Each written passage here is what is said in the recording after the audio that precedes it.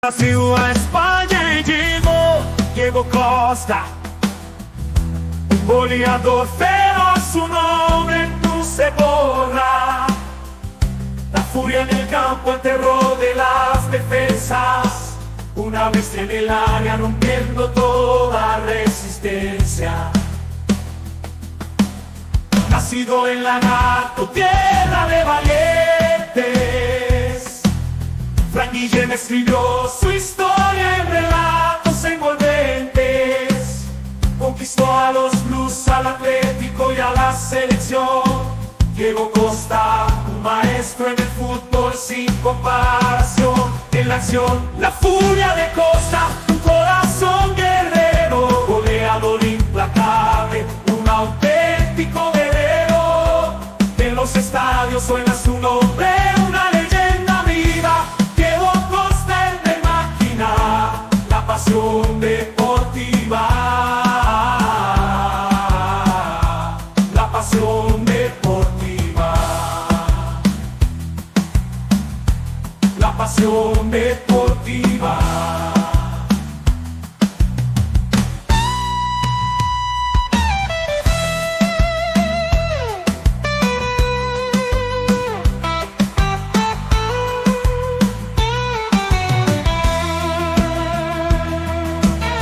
Nacido en la NATO, tierra de valientes,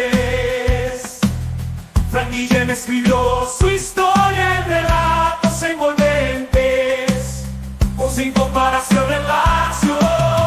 La furia de Costa, un corazón guerrero, goleador implacable, un auténtico guerrero. En los estadios suena su nombre, una leyenda viva. Diego Costa, el de máquina, la pasión deportiva.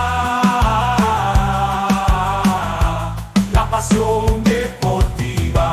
Desde el área rival, su destreza no se encierra. Domina el campo con maestría, como un estratega en la guerra. Cada gol, cada batalla en la cancha es su bandera. Diego Costa, el artista del fútbol, dominando el arte de la guerra.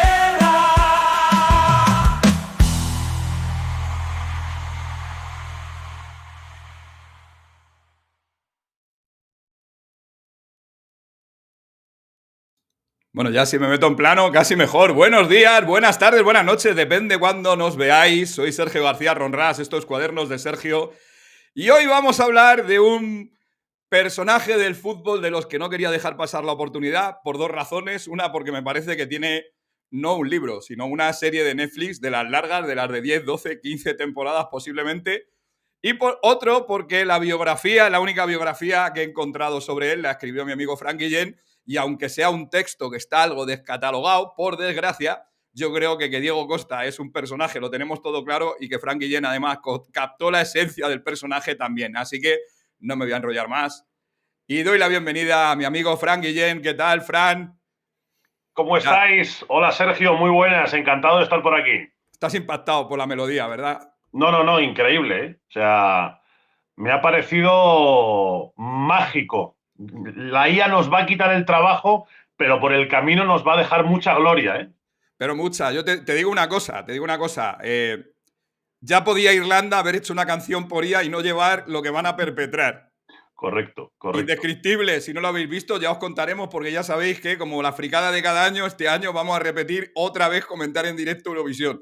Pero bueno, no estamos aquí para hablar de Eurovisión, estamos para hablar de un deportista de los más variopintos, llamativos, alguien que no te puede dejar indiferente, alguien que tiene una imagen en el campo, que fuera del campo, leyendo tu libro, tengo la absoluta certeza de que no tiene nada que ver con cómo es él cuando jugaba, y que además sigue en activo, aunque le hemos perdido la pista, yo creo que desde el último paso por el Atlético de Madrid, que no fue especialmente brillante, y que acabó con sus huesos ya marchándose a Inglaterra y ahora jugando en Gremio de Porto Alegre. De todas maneras, dichoso mal retiro cuando te vas a un equipo como Gremio a estar allí, pues hombre, en la élite del fútbol brasileño.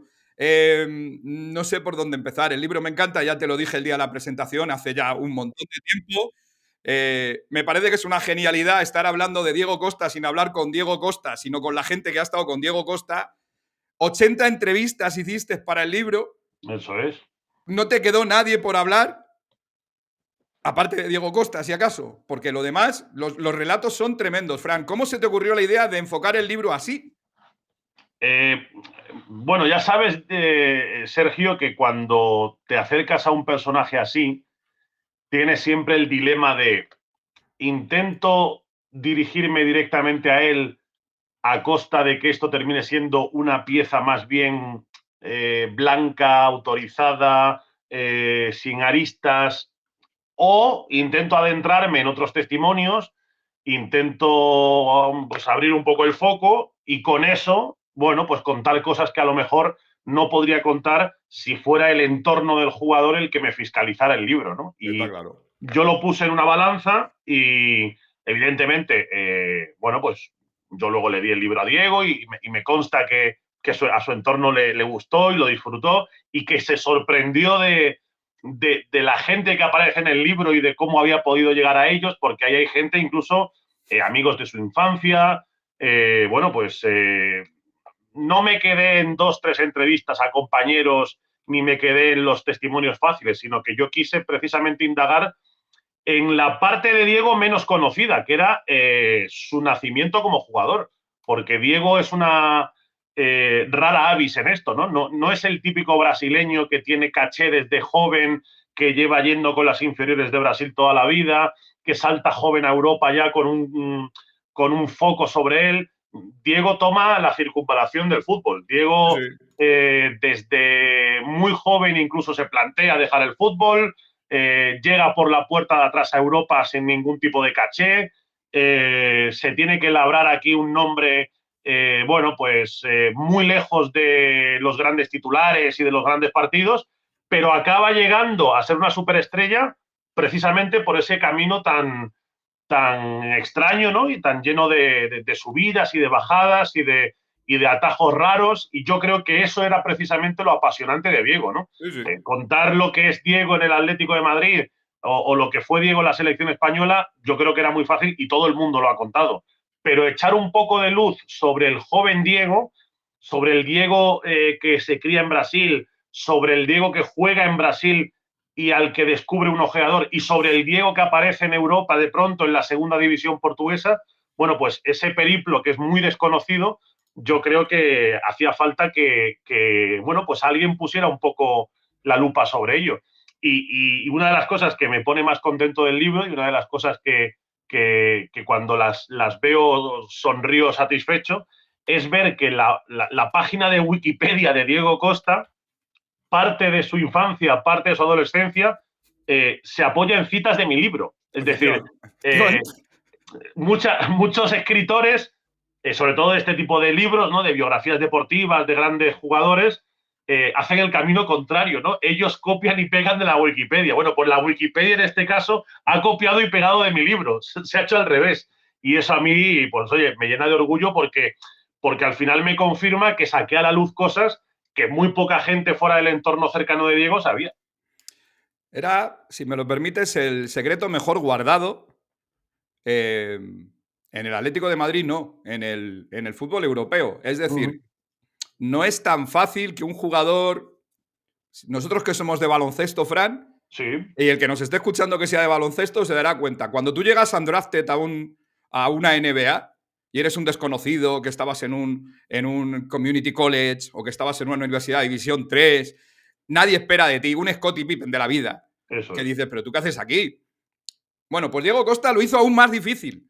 Porque es que de la forma en la que él viene, pues sí, apuestan por ti. Sí estás en el Sporting de Braga, evidentemente tienes el respaldo de un superagente como Jorge Méndez y Gesti Fucci, pero nadie daba un duro por él. Tanto que tiene que llegar y empezar a cuidar el físico, porque los hábitos de comida, como cuentas en el libro, es para que le den un programa de cocina a Diego y diga, mira, esto es lo que comía yo antes de que me engancharan en el Atlético de Madrid alguien por la oreja y dijera, Diego, esto se te ha acabado. Se te ha acabado. Llegar así, llegar a una liga, la portuguesa, que aunque pensemos que es un regalo llegar y que es facilísimo triunfar, no deja de ser una de las 8 o 10 mejores ligas de Europa. Llegas a un equipo, el de Braga, que no es un mal equipo precisamente, y el tipo se hace un hueco, pero se hace un hueco yendo por el camino más complicado posible. Sí, sí.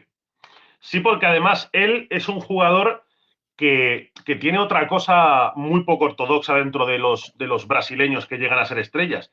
Y es que él no jugó en la cantera de ningún equipo grande. No es canterano de Sao Paulo, no es canterano de Flamengo, no es canterano de Corinthians. No es... Él juega al fútbol regional, digamos, en equipos muy modestos. Él ya también es de una zona de Brasil donde tampoco el fútbol es prioritario. De hecho, en Lagarto, en Sergipe, no hay grandes equipos conocidos a nivel nacional. Y sin embargo, bueno, pues consigue desde ahí llegar a lo más alto, ¿no? A que dos selecciones como España y Brasil se peleen por ti, que yo creo que para un jugador debe haber pocas cosas más complicadas, ¿no? Que dos transatlánticos acaben diciendo, oye, pues me gustaría contar contigo. Y él, luego probablemente lo hablemos, él termina jugando con España cuando yo creo que estilísticamente aquella Brasil le hubiera venido como anillo al dedo. Se Aquella equivoca. Brasil de Scolari, bien cerrada atrás, que salía a la contra con jugadores rápidos y potentes, yo creo que Diego Costa como 9 de ese estilo hubiera sido una bomba total, pero bueno, desde Brasil no le dan el cariño que él quería, en España sí se lo dieron y al final acaba jugando con España, donde yo creo que el estilo de juego casaba bastante menos con sus características. Pero bueno, es que es un hombre, ya te digo, poco ortodoxo hasta para eso, ¿no? Él no jugó ninguna copiña, él no fue internacional en categorías inferiores, no se fijó ningún club grande en él. De hecho, él ha terminado jugando en equipos conocidos ahora, cuando ha retornado a Brasil ya veterano, pero él no pisó ningún gran estadio ni vistió ninguna camiseta de caché en Brasil hasta que ya ha sido un jugador confirmado. O sea que al final creo que el ejemplo que pones del undrafted es muy bueno, ¿no? Es una especie de Ben Wallace, pero a la Sí, brasileña, ¿no? sí, sí. Pero además, es que fíjate lo que te digo, porque cuando termina la carrera de Diego Costa, si el libro lo escribes hoy, el libro que escribes tiene 2 capítulos más como mucho.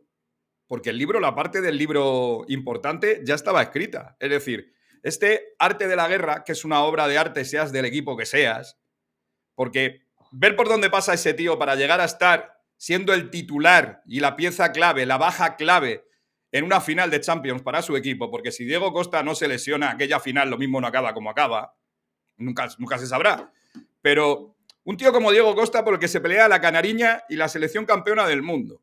Un Diego Costa que pasa de ser un jugador al que el Atlético de Madrid cede en un montón de situaciones a equipos porque no terminan de ver que el jugador vaya a estar en ese nivel, pero no se deshacen de él. Algo Eso, le verían. Es eso. decir, hostia, mira, este tío no está siendo lo profesional que debería, porque ahora hablaremos de eso, porque el problema de Diego Costa es que esto no se lo ha tomado en serio al nivel que debería tomárselo hasta que tiene 26 años o 27. Si él hubiera llegado antes al convencimiento de poder llegar a ser el jugador que fue, pues bueno, su vida habría sido bastante peor. Habría habido un montón de sitios de ocio masculino que habrían ganado menos dinero por toda la geografía española, eso también es verdad, pero lo importante y lo más trascendente, Diego Costa demostró ser un delantero centro top que se va a la Premier y es un delantero centro top en un equipo top como el Chelsea, al Atlético de Madrid lo pone en un punto donde ningún otro delantero en la época Simeone les ha llegado a poner y decide entre España y Brasil. No estamos hablando de que sea un jugador marginal que acaba jugando. No, no. Estamos hablando de que cuando él ha estado bien físicamente ha sido un jugador diferencial. Y eso lo hace partiendo de la nada. ¿Quién crees que tuvo la culpa de que el Atlético de Madrid fuera el que se adelantara a los que ya estaban pendientes de él, a Oporto, que se hablaba mucho de que estaba detrás de él cuando está en Portugal? ¿Quién crees que realmente vio lo que nadie veía?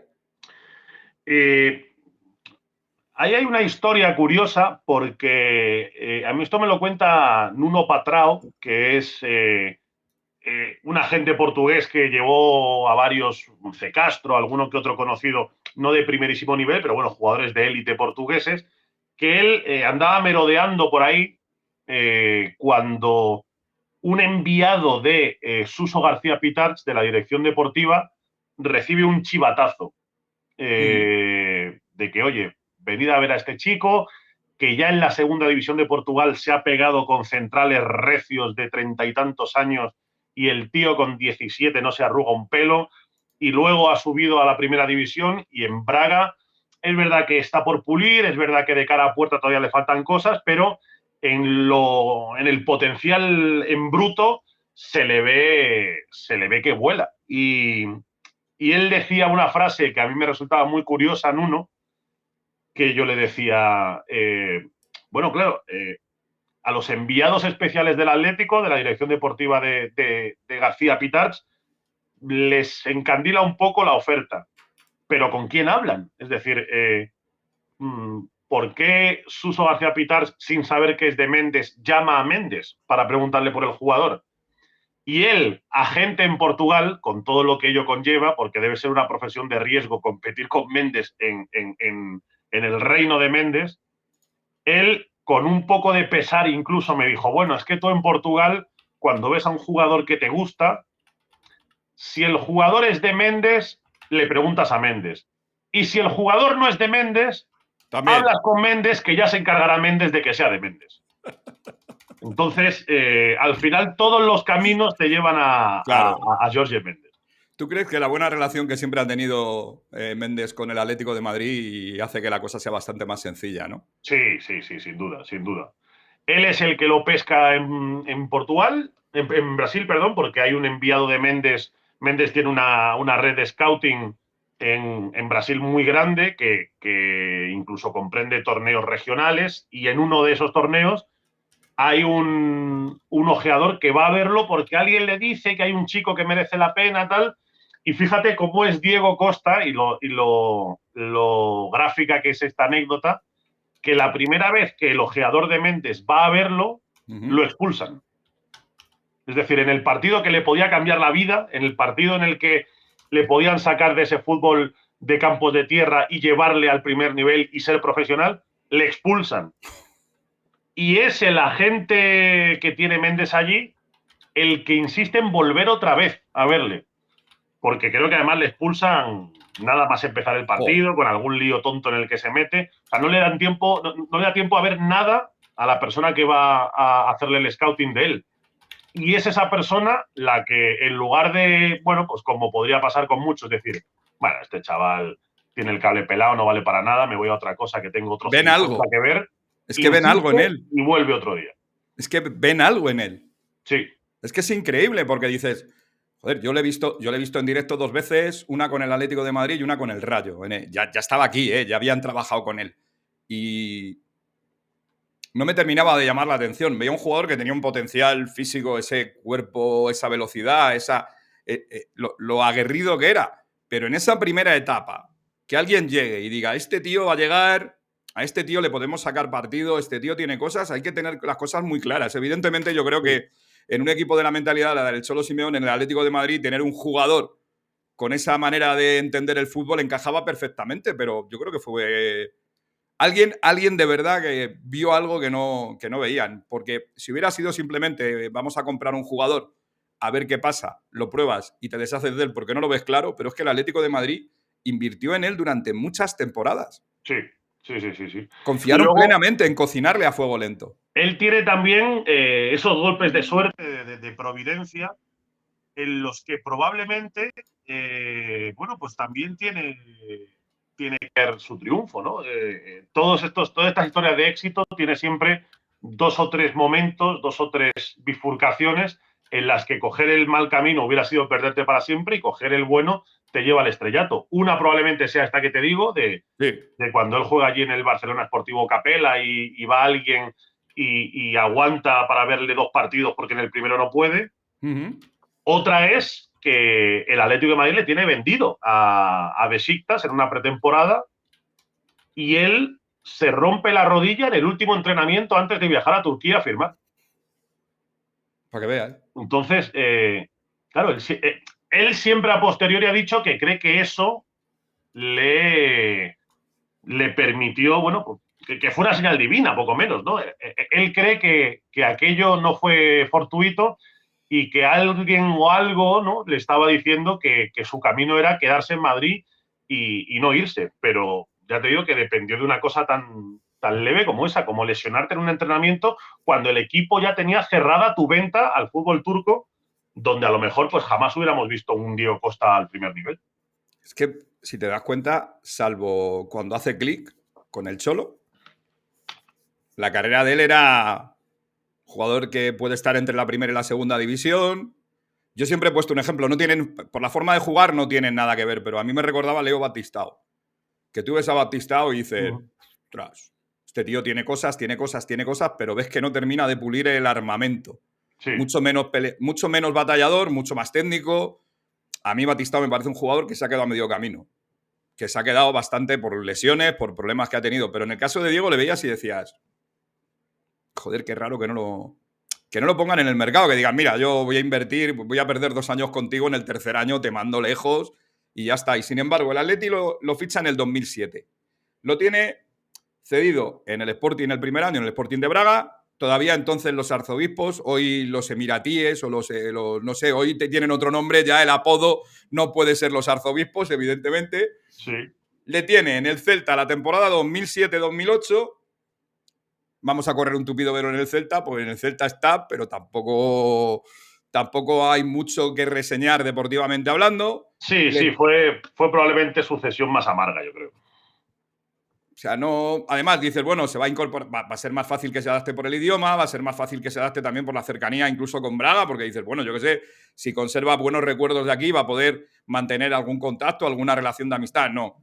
Sí. Tienes el Valladolid en el 2009-2010. El Albacete antes, en el 2008-2009. Eso es. Vuelve al Atlético de Madrid. Está en el Atlético de Madrid, no termina de romperla, le ceden al Rayo. Y después de la cesión con el Rayo es cuando, allí en el 2012, alguien le debe coger de la pechera y decirle, ¿qué estás haciendo con tu vida? Porque iba camino de... Ya, hasta aquí. Él en el Rayo es verdad que tiene... Esa es justo la poslesión de su traspaso frustrado a Besiktas. Y es verdad que él vuelve con un cruzado roto, que para alguien como él, además, con sus características, con su potencia, podría haber sido, bueno, pues por lo menos preocupante. Y él llega a Vallecas y hace una segunda vuelta en la que es, pero una auténtica bestia. Y yo creo que ahí el Atlético de Madrid es la primera vez que empieza a ver de verdad que puede haber un jugador de élite en Diego Costa. De hecho, tú hablas con gente... Yo tengo un buen amigo que es socio del Rayo y que se acuerda perfectamente de aquel Diego y de aquella segunda vuelta y de lo que la gente flipó con el bicho aquel que soltaron de pronto por Vallecas y que todo lo peleaba y que todo lo mordía y que estaba claramente por encima del nivel de ese equipo en aquel momento. Pero claro, luego había que llegar a Madrid y transportar eso a un nivel superior y luchar con Forlán por la titularidad, con Agüero, en fin. Él llega también a un Atlético en el que las cosas no son fáciles todavía para él. A posteriori siempre se puede decir, bueno, es que Diego estaba hecho para jugar en el Atlético, es que Diego, si nosotros hiciéramos un retrato robot del delantero perfecto para el Atlético de Simeone, sería Diego Costa, sin duda. Pero antes de llegar a ese estatus, Diego se tuvo que pelear su rol y no fue una lucha nada fácil, sobre todo por eso, porque yo recuerdo esa pelea por la titularidad con Forlán, que en aquel momento no era un cualquiera. No, desde luego. Y más en el Atlético de Madrid. Porque dices, oye, Forlán ha venido aquí, pues como ha venido Falcao al Rayo, que dices, le quitan la titularidad a Falcao en el Rayo. Pues Falcao, que ha sido un jugador tremendo, pues cuando ha llegado al Rayo estaba en una situación donde le quedan en el tanque 3, 4, 5 partidos muy buenos y tú estás en el Rayo y le puedes quitar la titularidad. Si te pasa lo mismo en el Atleti, que tienes a un jugador en retirada, pero es que ese Diego Forlán todavía seguía siendo un grandísimo delantero. Sí. Y Costa no solo le peleó, Costa consigue ser el eje del ataque de un Atlético de Madrid que encuentra, como dices, un jugador que le va como un guante. Lo que no quiero pasar por alto es, yo creo que es una de las 3 o 4 anécdotas con las que más me he reído del libro, y mira que hay alguna que hay que poner los rombos arriba, pero si no me equivoco, de vuelta a casa en un largo viaje en autobús, el equipo de Diego Costa en aquel momento pues van a hacer lo que viene siendo, vamos a parar un momentín, estiramos las piernas, el conductor también, le pone un poquito de combustible, ya tal, y entonces en eso Diego entra a la gasolinera y se está produciendo un atraco. Entonces, una persona cabal, en su sano juicio, en ese momento lo que hace es, como en Los Simpson, como el meme este de Los Simpson, que se ve como se va metiendo Homer hacia adentro y sale fuera, pero Diego Costa no. ¿Qué pasó?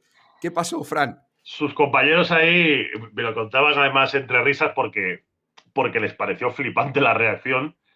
Diego entra en ese área de servicio, ve a dos cacos ahí, bueno, pues supongo que llevándose, pues no sé si algo de la caja, tal, y les empieza a perseguir campo a través. Pero por estos secarrales españoles que hay siempre alrededor de las gasolineras, claro, yo me quiero imaginar ese momento en el que los ladrones ven que no están huyendo de la policía, sino que están huyendo de un futbolista, de un tío que se ha bajado del autobús del equipo y que les está persiguiendo. Me imagino que con una cara de loco tremendo, con los ojos inyectados en sangre, y el tipo corrió detrás de ellos durante bastante tiempo. Pero es que, claro, el sketch de Benny Hill se completa cuando los compañeros de equipo te dicen que, claro, no hubo más remedio que correr detrás de él también. Para pararle. Claro, Diego, tirado. Había un momento que era, o sea, esto era como las carreras ciclistas, ¿no? La cabeza de carrera eran los ladrones, el fugado del pelotón era Diego, que perseguía a los ladrones, pero el pelotón iba detrás de Diego también. O sea, a aquello solo le faltaba la música de gag de Benny Hill. Lo de Diego, en serio, o sea... Sí, eso además te lo dicen muchos excompañeros suyos, que él es así. Llámalo noble, llámalo transparente, llámalo, pero que él es así. Que no se esconde, que si ve que se está cometiendo una injusticia, da la cara. Yo recuerdo que en Albacete, si no recuerdo mal, me contaban que se entera de que le deben algo de dinero, de unas primas o tal a pues fisios, utilleros, a gente un poco del cuerpo técnico, porque a los jugadores sí se las habían pagado, y que una vez que el presidente baja al vestuario a hacer la típica populachada esta de dar la mano a los jugadores y oye, chicos, estoy muy orgulloso, tal, el tío le quita la mano y le dice, hasta que no le pagues a todos la prima, no solo a los jugadores, no te doy la mano, no quiero saber nada de él. O sea, ese tipo de cosas en Diego son una constante. Y te lo dice mucha gente. Por eso, la disociación con la idea que tenemos, o que mucha gente se hizo de Diego, como ese ogro, ¿no? Ese jugador marrullero. Él es un tipo que en la cancha es de una manera, pero fuera de la cancha es absolutamente diferente. Cuentas cuando se acaba su cesión en el Albacete, cuentas en el libro que se va a despedir de todo el mundo, ¿no? Con mucho cariño, y que él le da un fuerte abrazo a uno de los, al utillero, a uno de los recuperadores, ¿no? Creo que es el utillero. Y cuando Diego se ha marchado, el utillero echa mano al bolsillo y en el bolsillo le había metido una cantidad enorme de dinero en agradecimiento por todo el trabajo que le había hecho, porque era su trabajo, pero en agradecimiento por el comportamiento que había tenido esta persona, ¿no? Es que es... Sí. Son detalles de decir, oye, mira, que no es que seas ya millonario, o sea, que no es que digan, mira, me sobra el dinero, me puedo permitir el lujo de soltar 1.000 euros. No. Que en aquel momento, a ver, la vida no le iba mal, pero que no era el jugador con los contratos que luego ha tenido, por ejemplo, cuando ha estado en Inglaterra. Un tipo... Ni mucho menos. Él además es que tiene una cosa, Sergio. No es tampoco... Él no es el prototipo de brasileño en muchas cosas, pero tampoco lo es en cuanto a estilo de vida. Él... si te paras a pensarlo, nunca le habrás visto por ahí haciéndose fotos con gafas extravagantes, con camiseta de Dolce & Gabbana, con tal... O sea, él es un tipo que es feliz yéndose en verano a coger un tractor a su pueblo y haciendo en el campo un asado y yéndose a pescar con sus amigos de toda la vida y yendo en chanclas a jugar al billar con una camiseta roída que parece que es la camiseta con la que duerme. Diego Costa es así y hemos visto muchas imágenes de él cuando se iba en verano a Lagarto, porque él se vuelve a su pueblo, a su casa de campo. Él no tiene un chalet enorme en una playa paradisíaca. Él se vuelve a su pueblo, se agarra un quad con sus amigos, se juega un billar con sus amigos en la taberna del pueblo que se cae a cachos y él es feliz con eso. Entonces yo creo que eso lo ha tenido presente durante toda la vida y por eso yo creo que no ha tenido ese apego al dinero, ni ha tenido ese apego a lo material, sino que él ha sido un tío mucho más de piel, de sentimientos. Esto que dicen tanto de los brasileños, ¿no? Que son de... Me lo decía un buen amigo de Eder Militao y de la agencia que lleva Eder Militao, decía, Eder es un tío que le gusta ser feliz. Y yo creo que hay muchos jugadores que vienen de un estatus social no muy bollante, no digo que clase baja, pero porque además Diego vivía en un pueblo donde no creo que le haya faltado de nada, pero que tampoco, como bien dices, no es una persona que necesite una cantidad demasiado alta de dinero y lo que quiere es vivir bien en cada momento. Evidentemente, cuando eres joven, eres futbolista, tienes flow y te encuentras en una ciudad solo, pues cuentas varias anécdotas de su carrera hasta que un día le dicen, esto se te ha acabado. Lo primero, la alimentación, Fran, porque lo de la alimentación sí me dejaste sorprendidísimo porque piensas que un deportista de élite se cuida al detalle y Diego Costa tenía un problema enorme con el tema de la alimentación. Sí, sí, muy grande. Sobre todo en esos veranos que te decía ahora. Y eso ha sido una constante en su carrera. Y yo no sé hasta qué punto le ha podido afectar, pero es verdad que Diego Costa rara es la pretemporada en la que no ha llegado bastante por encima de su peso. Pero él además era así de franco y lo decía. Él decía que él se volvía a lagarto y en lagarto a él le gustaba comerse los guisos de la mami. Y ya está. Y cero movidas con proteínas, con vitaminas, con frutas, con no sé qué, con paleodietas, no. Él se iba a comerse la feijoada, el guiso de su madre, se ponía fino, no hacía en todo el verano una flexión y él volvía luego a la pretemporada y sus propios compañeros, es verdad que te decían esto, que era un tío que tenía un don para en 15 días entrenando a tope ponerse como un avión. Y muchos compañeros te lo decían con envidia, te decían, joder, yo vengo de todo el verano de estar no sé qué, de restringir esto, lo otro, de beber agua con gas para no pedirme una Coca-Cola, de no sé qué, de no sé cuánto. Y este tío viene con esta típica barriguita de, joder, he sido muy feliz durante el verano, me he tumbado bastante a la Bartola y he comido bastante comida de mamá. Y luego el tipo se ponía pim en Los Ángeles San Rafael y es que a la semana y media me estaba pegando unos viajes y me estaba sacando 1,5 metros en todas las carreras que yo decía, joder, pero este tío... Y eso lo ha tenido siempre. Ha sido ese don que ha tenido siempre de poder recuperar su peso ideal bastante rápido sin comerse bastante el coco. ¿Qué hubiera sido Diego Costa con una mentalidad como la de Marcos Llorente? Pues vete tú a saber, pero bueno, él era todo lo contrario. ¿Sabes quién tiene una entrevista buena? Para un libro puede que también. El preparador físico de la temporada en el que el Chelsea tiene de delantero a Diego Costa y por detrás de él a Eden Hazard. Ese hombre cuando llegara del verano y dijera, fíjate, vaya 3 o 4 semanas que me quedan por delante para poner a estos tíos en orden. Porque Hazard además es que leyéndole te mosqueas si quieres, pero dices, pues es que es normal. Están 10 meses como monjes de clausura en cuanto a la alimentación y el tipo dice, para 2 meses que tengo de vacaciones. El tema es, Diego Costa no se cuida. Como hasta cantaba que... Manu Chao, ¿no? Que decía aquello de si yo fuera Maradona viviría como él, ¿no? Pues igual, ¿no? Pues igual. Si yo fuera Hazard viviría como él. Es que dices, oye, en 15 días que dices de Diego Costa o en un mes me he puesto a tope, si cuando tiene que llegar el mes de mayo en todos los partidos grandes estoy dando la cara, chico, tendrá que valorar quien me contrata que mi forma de ser es esta. Al Atleti le interesó, pero le cogió Simeone, le cogió el profe Ortega, le cogió entonces el Mono Burgos. Alguien le cogió y le dijo, ven para acá, mira, ¿ves ahí? Ahí tienes un hueco para jugar. Vas a salir desde el banquillo, te vamos a dar minutos, vas a jugar de una forma que a nosotros nos interesa, la gente se va a volver loca contigo y el tipo acepta el reto. ¿Por qué crees que ya en ese momento, por madurez, porque veía que tenía una opción real, por qué crees que de repente se convierte en un profesional con mayúsculas? Yo creo que él tiene un proceso de metamorfosis lento en el que le ayudan todas esas paradas que hemos dicho. Él cuando llega a España es un tío con bastantes problemas para controlar, por ejemplo, su personalidad, su genio. Él yo creo que una de las cosas más valiosas que hace en su carrera es que el terremoto que él desencadena siempre a su alrededor.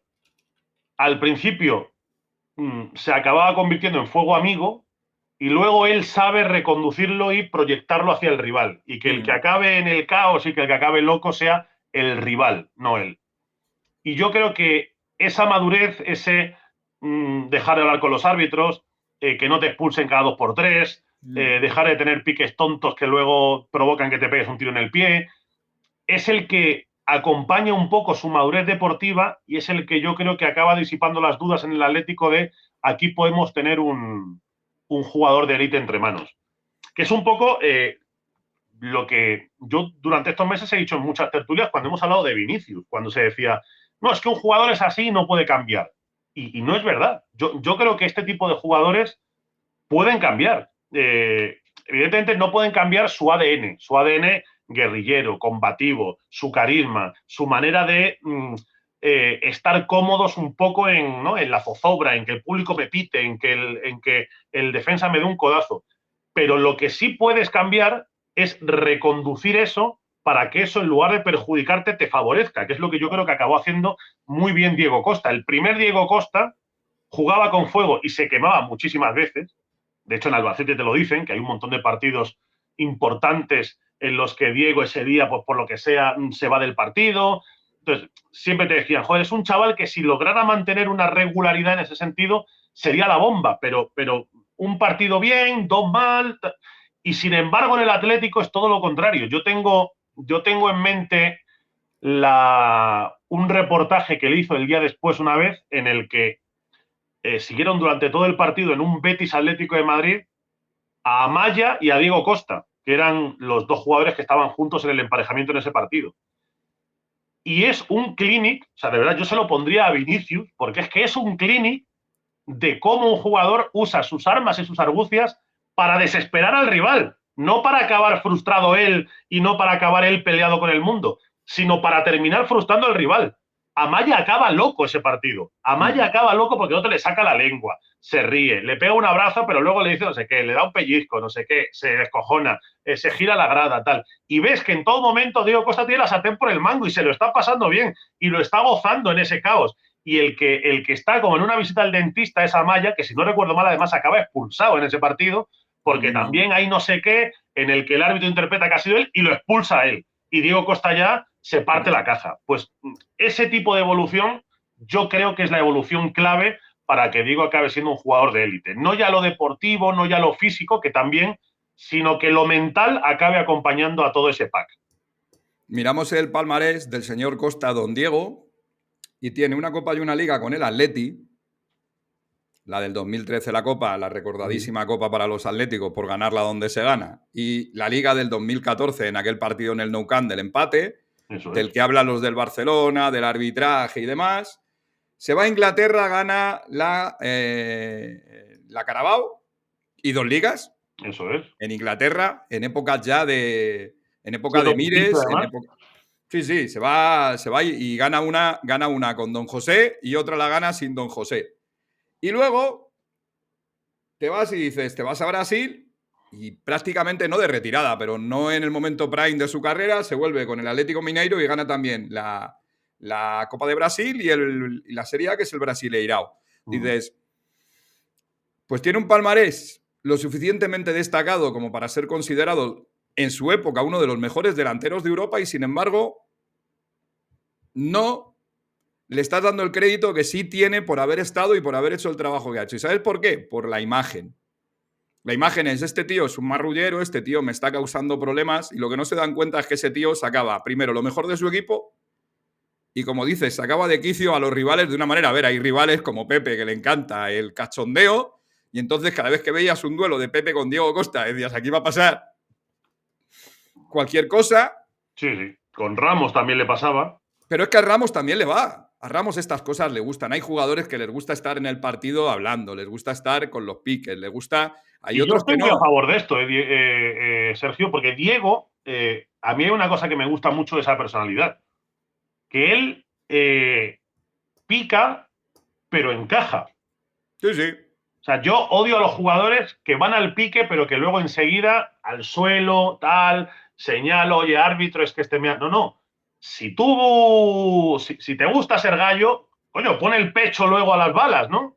Si te gusta provocar, luego el día que venga un tío y te arree, oye, pues, y eso él lo hacía muy bien.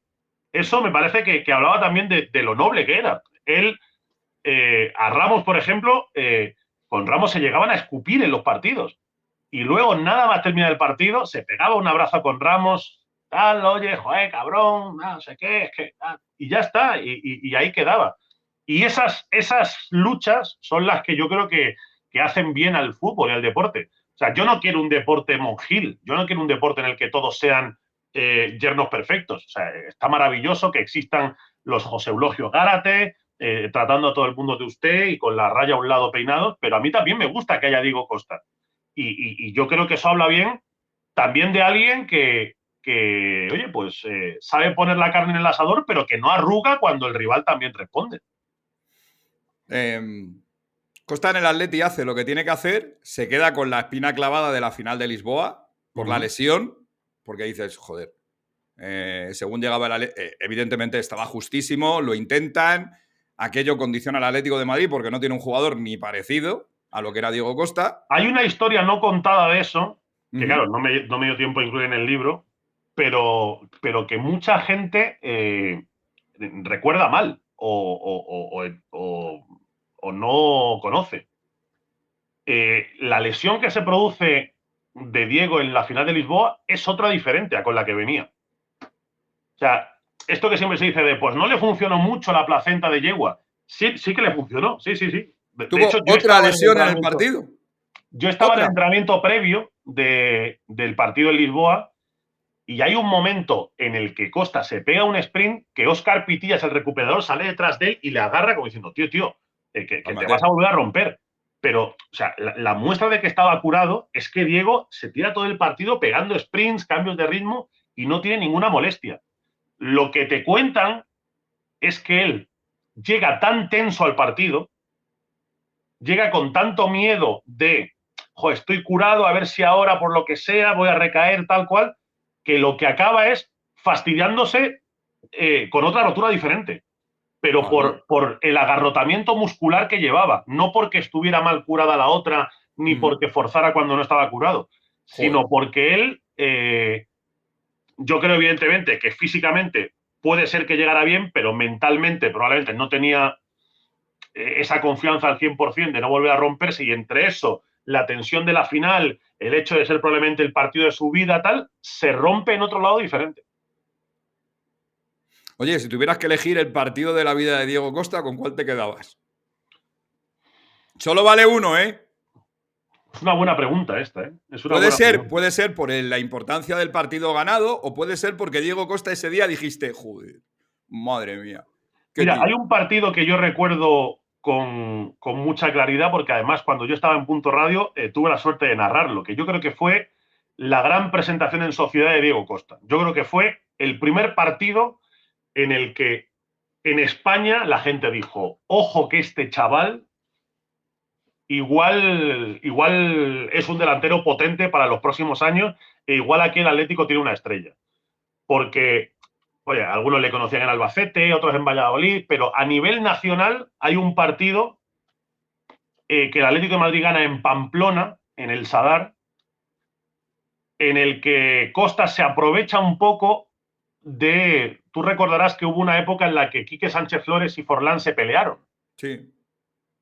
Y en medio de esas disputas, ¿no? En la que Quique de pronto un día no ponía a Forlán y tal, y Forlán se cabreaba porque estaba en el banquillo, tal cual, Quique llegó a Pamplona y calzó como titular a Diego Costa. Y Diego Costa metió un hat-trick, con Forlán mirando desde el banquillo.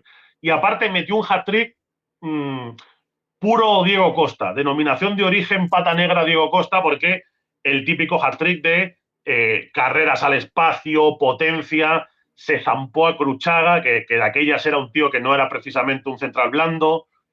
Y yo creo que todos en aquel momento dijimos, ostras, cuidado con este chico, porque Diego era un jugador, sí, bueno, útil, que había entrado en la plantilla, pero era un poco, si hacemos el símil con el Atlético actual, no en cuanto a posición, no en cuanto a estilo de juego, sino en cuanto a estatus, en cuanto a rol en el vestuario, pues era lo que podía ser ahora Rodrigo Riquelme. Entonces tú imagínate que de pronto Rodrigo Riquelme llega un día a Simeone, sienta a De Paul, mete a Riquelme, o sienta a Griezmann, mete a Riquelme, y Riquelme te llega al Villamarín y te hace 2 goles, 2 asistencias, mejor jugador del partido, MVP, se sale, tal. Ese día tú dirías, ostras, cuidado que igual aquí hay un tío para muchos años. Pues esa fue un poco la cara que pusimos todos en la zona de prensa cuando veíamos a Diego diciendo, ostras, que este chaval hoy tenía que sustituir a Forlán, que podía ser algo que le diera un poco de vértigo, y ha cogido el toro por los cuernos y se ha comido el partido por las patas. Yo creo que ese partido, que yo lo recuerdo muy bien, le cambió la vida a Diego Costa. ¿Cuál crees que es el momento más amargo que tiene Diego Costa como futbolista en un terreno de juego? El día que más frustrado se ha podido ir, más allá de que con una lesión en una final de la Champions, eso sí, tiene que ser duro, pero vamos a obviar el día de Lisboa. ¿Y cuál crees que puede ser el momento más, no sé, más de decir qué decepción, no sé, tú, ¿dónde lo verías? Porque yo entiendo que su salida del Atlético de Madrid, con lo que le quiere la afición del Atlético de Madrid, no ha tenido que ser nada fácil. Sí. Esa decadencia, sí, después de venir de Inglaterra, que es que viene de Inglaterra de ser un jugador destacado, no, destacadísimo en un equipo 2 veces campeón, que no es una cosa fácil. Acuérdate, Sergio, de que llega al Atleti de vuelta y lo primero que hace es una Supercopa Europa contra el Madrid, en la que todo el mundo dijo, bueno, pues nada, el tiburón está de vuelta, porque es que era el mismo Diego de 2014. Luego es verdad que la historia cambió y no sacó eso en muchos partidos, pero es que el comienzo encima fue muy prometedor también en la vuelta. Yo fíjate que cuando le vi de vuelta, primero dije, bueno, Diego ha querido salir de Inglaterra porque quiere vivir en Madrid, porque aquí está más identificado. No debe ser fácil para un jugador como Diego, que le gusta pues, otro tipo de vida y que yo creo que estaba muy bien adaptado a la vida en España, también por supuesto con sus etapas yendo en verano a casa, pero Londres, la presión de Londres, la presión de un equipo como el Chelsea, además en esa época tan confusa en el Chelsea, donde ganas con uno que te puede poner de los nervios o no, que saca lo mejor de ti, luego llega Antonio Conte y dices, madre mía, y me estaba quejando del otro, pero ¿esto qué es?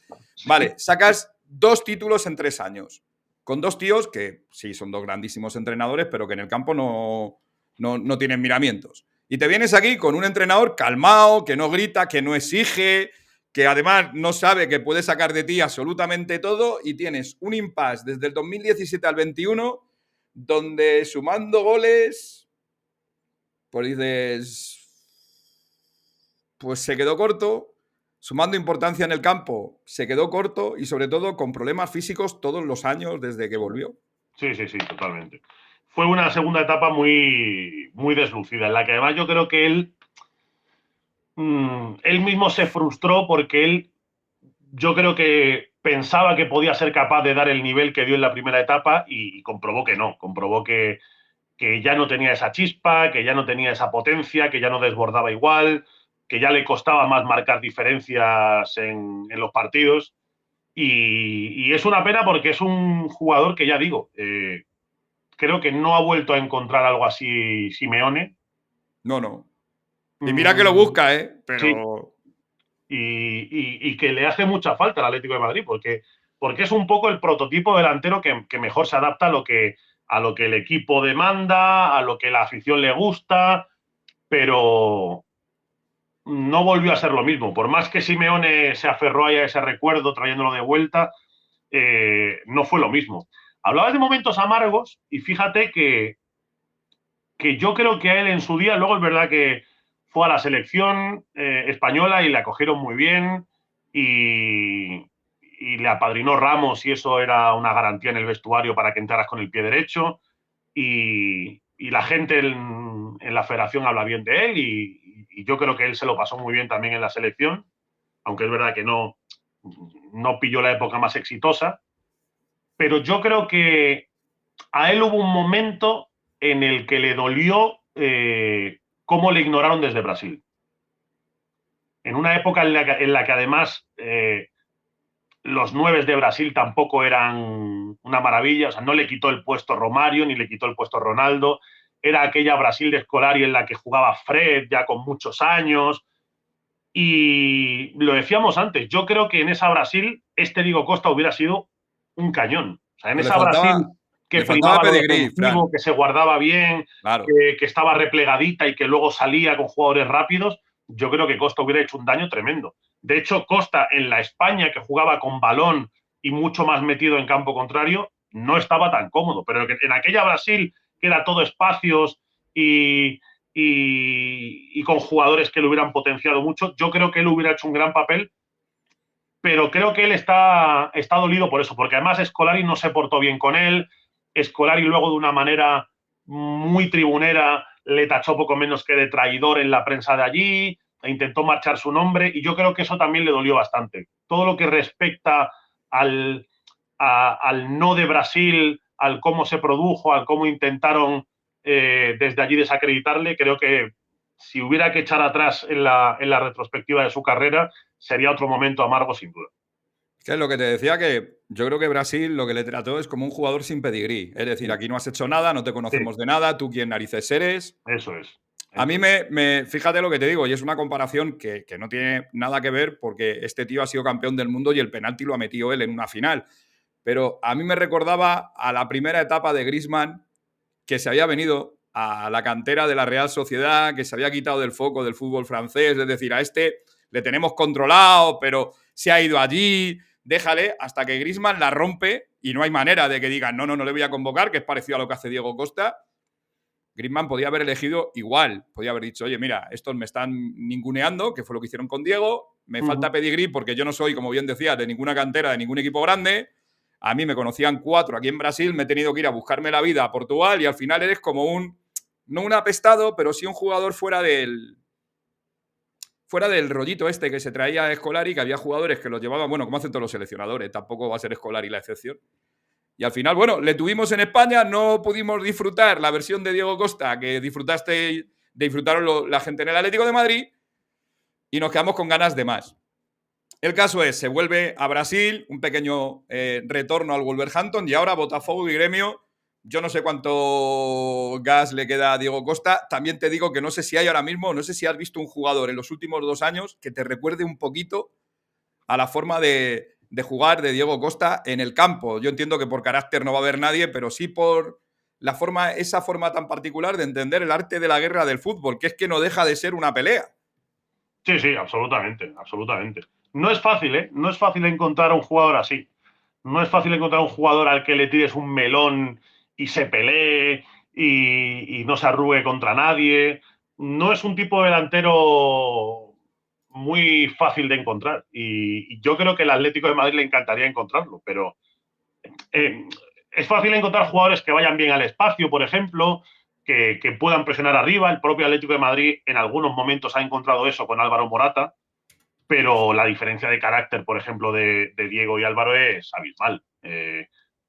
La manera que tiene Diego de motivarse, de no venirse abajo, de no achicarse con los errores, no la tiene Álvaro. Y eso es una lástima para él porque si Álvaro tuviera un 25% de la sangre que tiene Costa en esos momentos, hubiera sido un jugador buenísimo. Ya es un jugador muy bueno, pero si encima lo hubiera acompañado lo mental, hubiera sido un jugador buenísimo.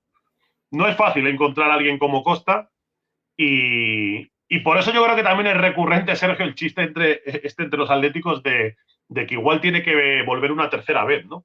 Sí, Porque él ha seguido marcando goles en Brasil. sí. El año pasado estuvo a punto de ganar la liga, de hecho, y bueno, pues evidentemente ya es utópico porque él ya físicamente no estaría para una aventura así, pero te habla de la nostalgia que siguen sintiendo muchos atléticos por una figura de ese tipo.